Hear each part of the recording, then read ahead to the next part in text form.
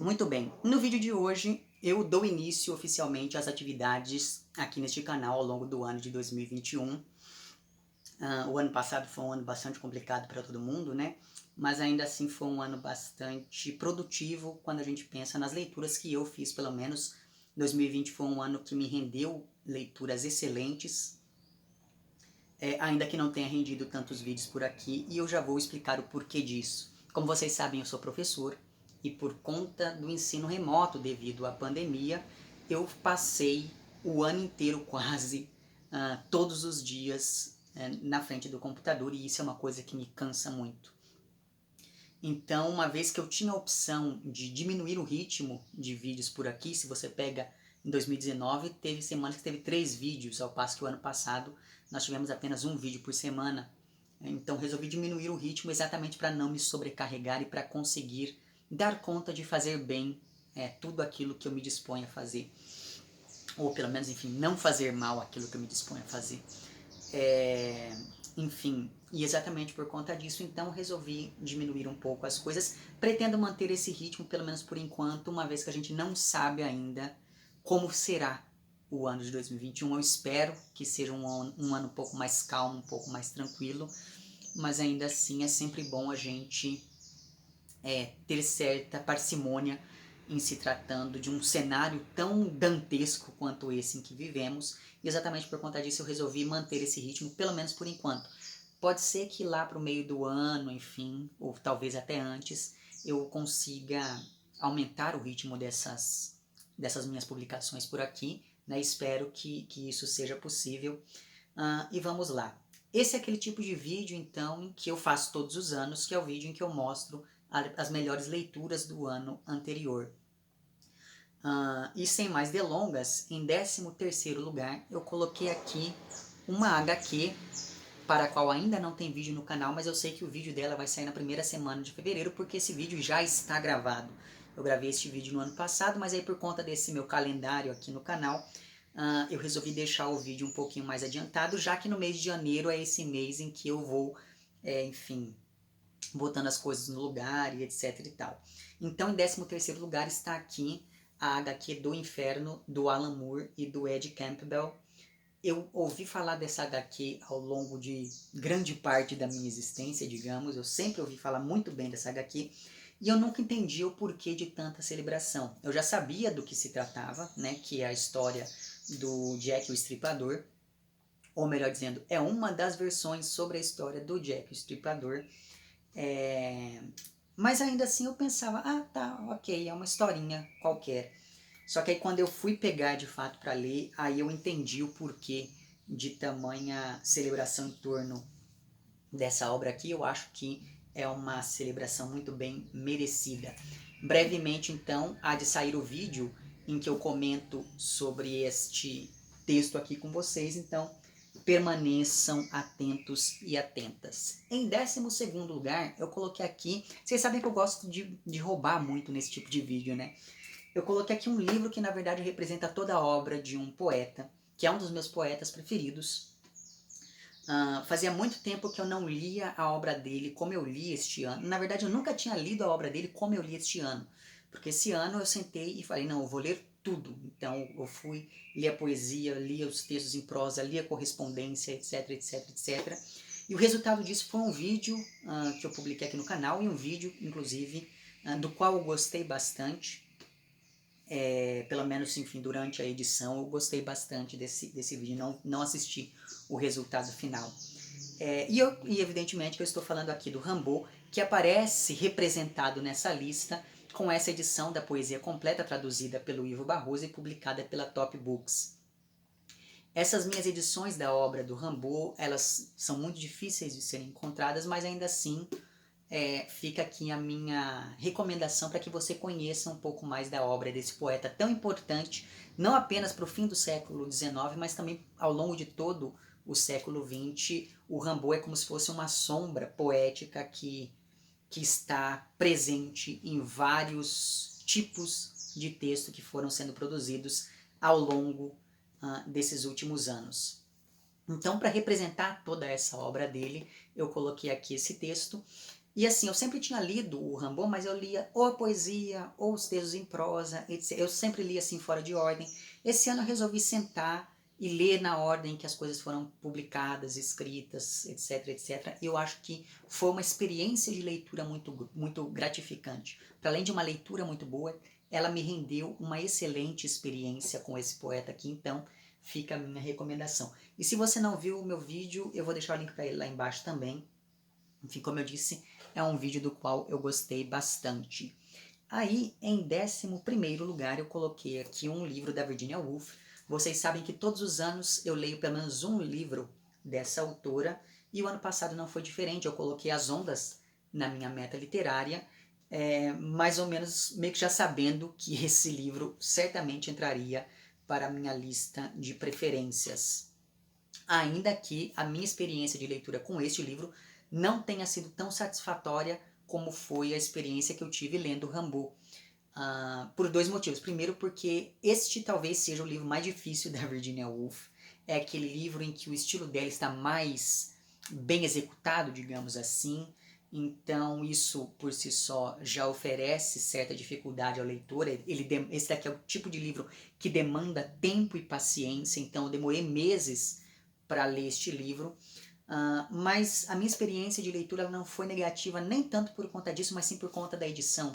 Essa minha edição ela não é das melhores, então eu tive que começar nela, depois eu fui para outra em inglês, e daí esse texto já é difícil em português, imagina então no original. Então assim, foi um texto que me rendeu certo trabalho, mas ainda assim eu acho que quando você chega ao final de um texto como esse, é aquele trabalho que vale a pena, que você fala, olha, eu consegui ler um texto como esse, então as outras coisas ficam relativamente um pouco mais fáceis, né? As outras leituras. Eu senti mais ou menos isso depois que eu li O Som e a Fúria, do William Faulkner. Então, já tem vídeo sobre este livro aqui no canal, o link para ele vai estar lá embaixo também. Aí, em 10º lugar, eu acho, sei lá eu que lugar é esse,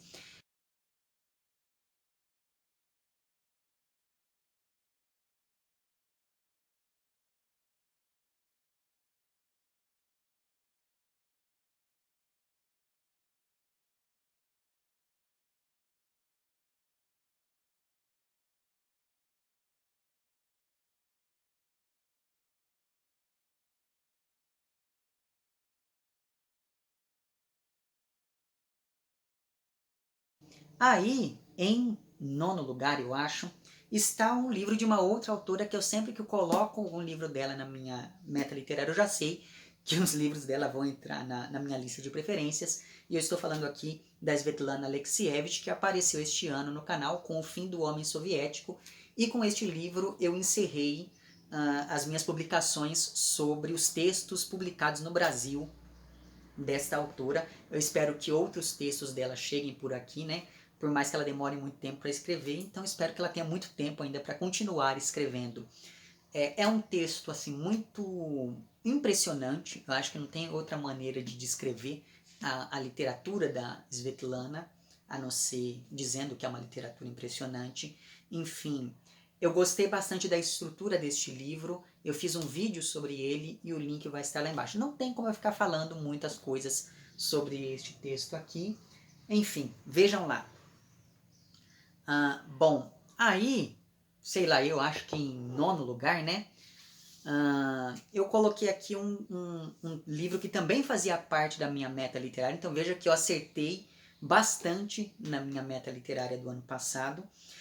É um livro de uma autora que escreveu um dos meus romances preferidos da vida, que é O Campo de Sangue, e eu estou falando da Dulce Maria Cardoso, que está aqui com o seu O Retorno, que é um romance que trata dos retornados, que é um tema muito polêmico em Portugal, né, das pessoas que foram colonizar territórios africanos, e daí depois da independência desses mesmos territórios, essas pessoas tiveram que voltar, só que aí elas não foram bem recebidas em Portugal por uma série de questões de ordem política, de ordem econômica principalmente, de ordem cultural, linguística, etc.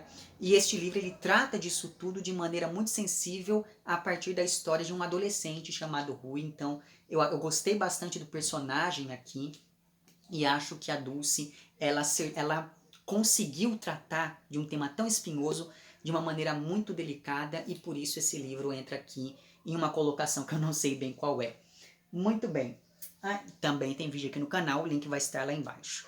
Aí agora eu vou falar de um livro sobre o qual eu ainda não fiz vídeo por aqui, mas eu pretendo fazer um vídeo em breve, mas porque assim, este livro eu já tinha vontade de ler ele há muito tempo, e daí por conta da pandemia, ele que já estava fora de catálogo há uns 10 anos ou coisa do tipo, acabou sendo reeditado por uma outra editora, e por conta disso eu consegui adquiri-lo, enfim, e foi uma leitura avassaladora, como é sempre.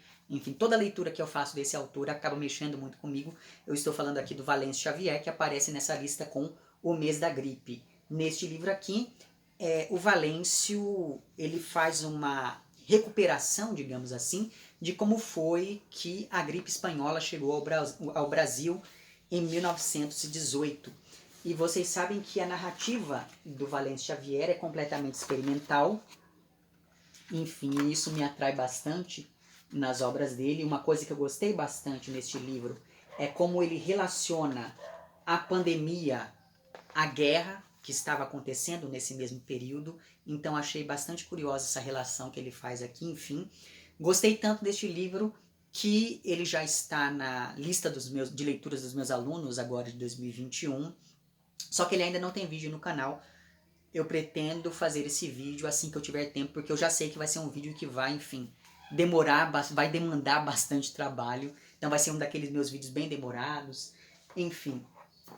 Aí, em, sei lá eu que posição também, eu já desisti de contar no fim das contas, né? Acho que em sexto lugar, 1, 2, 3, 4, 5, 6. Em sexto lugar está aqui um livro de uma outra autora que eu também coloquei na minha meta literária por conta de um outro livro dela que eu havia lido e gostado bastante. E essa autora é a Laura Restrepo. O livro da vez então é Os Divinos, ou Los Divinos no original. Este livro aqui, ele, enfim, foi bastante chocante, tanto que ao longo do ano eu tentei ler ele umas 3 ou 4 vezes até que eu finalmente cheguei ao final, porque realmente é um tipo de narrativa que mexe muito com a gente. Enfim, esse livro ele está baseado em fatos, né, em um crime hediondo que aconteceu na Colômbia em 2016, envolvendo uma menina de 5 anos, então 5 ou 7, já não me lembro mais, enfim. E assim, o modo como a Laura coloca... Deixa eu passar a moto. O modo como a Laura coloca tudo isso aqui neste livro é um modo assim que ao mesmo tempo é bastante paulatino, ela vai revelando coisas bem aos pouquinhos, só que o leitor vai... Quando o leitor começa a perceber o que está acontecendo e o que está em vias de acontecer, isso vai gerando um desconforto cada vez maior. Então, assim, é um livro que eu paradoxalmente acho que todo mundo deveria ler, mas reconheço que não é um livro para todo mundo. Este livro aqui, ele tem uma dedicatória que eu achei muito bonita e que diz o seguinte, que este livro é dedicado ao dia em que todos os homens, juntamente com as mulheres, se manifestem nas ruas contra o feminicídio. Então, assim, só de eu ler isso daqui eu já fico arrepiado. É um texto que me tocou bastante, e eu acho que ele tem muito a nos dizer, mesmo sendo, enfim, uma literatura de outro país, etc., em outras circunstâncias. Ainda assim, eu acho que, infelizmente, a gente reconhece muita coisa que está aqui. Muito bem. Aí agora nós vamos ao top 5, né? E daí entra aquele tipo de escritor que todo mundo sabe que vai entrar no fim das contas, né? E claro que eu tô falando do Henrique Villamatas, e eu também vou roubar aqui, porque o ano passado eu fiz a leitura da tetralogia do autor, que é uma série de 4 livros do Villamatas, todos eles falando sobre os mesmos temas, que são, por exemplo, qual será a literatura do próximo milênio, qual é o papel do autor na literatura contemporânea, etc, etc, etc. E para representar então essa tetralogia, eu trouxe aqui o Mal de Montano, que talvez seja o meu livro preferido dela, não sei ainda. Já fiz vídeos sobre os 4 livros dessa tetralogia, então fica aqui o Mal de Montano representando todo este conjunto. E assim, eu não vou ficar falando muito aqui. Não, eu vou falar sim, só vou falar da premissa do livro. Este livro aqui fala da história de um pai e de um filho que adoecem de literatura. Só que esse adoecimento se dá por duas vias diferentes. O pai começa a enxergar a literatura em qualquer aspecto de sua vida, então ele começa a ficar meio paranoico por causa disso. E toda vez que ele vai falar com alguém, ele imagina aquele diálogo em um livro, ele ouve uma palavra e lembra de um texto, de um poema, etc, etc. Ao passo que o filho é um escritor, e daí, por conta desse adoecimento literário, esse filho para de escrever e o pai tenta ajudá-lo, enfim. É uma história bastante interessante. E esse narrador é aquele tipo de narrador bastante sinuoso, digamos assim. É aquele narrador com quem você deve tomar bastante cuidado. Enfim, então, Vila Matas aqui, né, como não poderia deixar de ser. Aí, em quarto lugar, eu coloquei aqui um texto que me surpreendeu bastante. Eu peguei esse texto, assim, mais ou menos no escuro, mas, sei lá, acho que no primeiro parágrafo dele eu já percebi que a coisa ia ser séria. E eu estou falando aqui de Morra Amor, da Ariana Harvix. Enfim, este livro aqui, até hoje, de vez em quando, eu me lembro de algumas passagens dele. E eu achei sensacional, sério mesmo. Basicamente, esse livro fala da história, da relação entre uma mulher e o seu pequeno núcleo familiar, digamos assim. E essa é uma relação completamente problemática. Aí, em terceiro lugar, está aqui um texto que também foi uma grata surpresa. Também é um texto de literatura contemporânea, só que dessa vez nacional. E eu estou falando de Identidades, do Felipe Franco Munhoz. Este daqui é um livro que recupera o Pacto Fáustico e atualiza esse pacto para São Paulo contemporânea. Né? Então aqui Fausto é uma mulher que está em busca de seu Mefistófeles para fazer um determinado pacto envolvendo uma questão que me parece bastante candente, digamos, em nossos dias. Eu não vou poder dizer qual é essa questão, mesmo porque eu já fiz um vídeo sobre o livro. O link para esse vídeo vai estar lá embaixo. Eu gostei deste livro tanto por conta dessa recuperação do Fausto, vocês sabem que esse é um tema que me chama bastante atenção, mas também por conta, enfim, da forma do romance, que é uma forma absolutamente experimental. E vocês sabem que esse tipo de narrativa sempre me chama muito a atenção, então eu não poderia pensar nessa lista sem considerar aqui Identidades do Felipe Franco Munhoz. Muito bem, aí em segundo lugar, eu ia falar em 12º, em segundo lugar está também um livro que eu li lá no comecinho do ano, e que é um livro que mudou completamente a minha maneira de olhar para determinadas coisas, né? Eu acho que se você é daquelas pessoas que acha que porque o leitor é uma boa pessoa, porque ler transforma as pessoas positivamente, etc, etc. Se você acha que isso é uma verdade universal, um imperativo categórico, etc, etc, eu acho que você deveria ler aqui o Noturno do Chile, que é um romance do Roberto Bolanho, que fala justamente de um narrador que é um leitor assíduo, mas que tem relação direta e defende, inclusive, a ditadura que se instaurou no Chile, enfim. Então, se você aí não conhece este livro, eu recomendo que você o faça. É o segundo livro apenas que eu leio do Bolanho, mas ainda assim eu acho que começar por este livro aqui pode ser uma boa ideia, certo?